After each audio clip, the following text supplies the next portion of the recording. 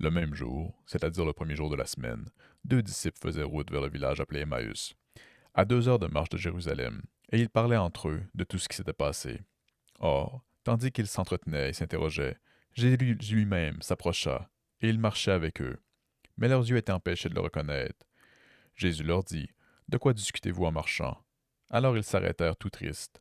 L'un des deux, nommé Cléophas, lui répondit, Tu es bien le seul étranger, résidant à Jérusalem, qui ignore les événements de ces jours-ci. Il leur dit, Quel événement? Ils lui répondirent, Ce qui est arrivé à Jésus de Nazareth, cet homme qui était un prophète puissant par ses actes et ses paroles devant Dieu et devant tout le peuple. Comment les grands prêtres et nos chefs l'ont livré. Ils l'ont fait condamner à mort et ils l'ont crucifié. Nous, nous espérions que c'était lui qui allait délivrer Israël. Mais avec tout cela, voici déjà le troisième jour qui passe depuis que c'est arrivé. À vrai dire, des femmes de notre groupe nous ont remplis de stupeur. Quand, dès l'aurore, elles sont allées au tombeau, elles n'ont pas trouvé son corps.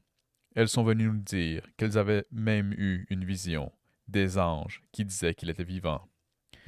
Quelques-uns de nos compagnons sont allés au tombeau, et ils ont trouvé les choses comme les femmes l'avaient dit. Mais lui, ils ne l'ont pas vu. Il leur dit alors, Esprit sans intelligence, comme votre cœur est lent à croire tout ce que les prophètes ont dit, ne fallait-il pas que le Christ souffrit, cela pour entrer dans sa gloire? Et partant de Moïse et de tous les prophètes, il leur interpréta dans toute l'Écriture ce qui le concernait. Quand ils s'approchèrent du village où ils se rendaient, Jésus fit semblant d'aller plus loin, mais ils s'efforcèrent de le retenir. Reste avec nous, car le soir approche et déjà le jour baisse. Il entra donc pour rester avec eux. Quand il fut à table avec eux, ayant pris le pain, il prononça la bénédiction et, l'ayant rompu, il le leur donna. Alors leurs yeux s'ouvrirent et ils le reconnurent, mais il disparut à leur regard. Ils se dirent l'un à l'autre, Notre cœur n'était-il pas brûlant en nous, tandis qu'il nous parlait sur la route et nous ouvrait aux Écritures?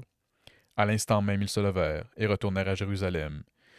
Ils y trouvèrent réunis les 11 apôtres et leurs compagnons qui leur dirent, Le Seigneur est réellement ressuscité. Il est apparu à Simon-Pierre. À leur tour, ils racontaient ce qui s'était passé sur la route, et comment le Seigneur s'était fait reconnaître par eux à la fraction du pain.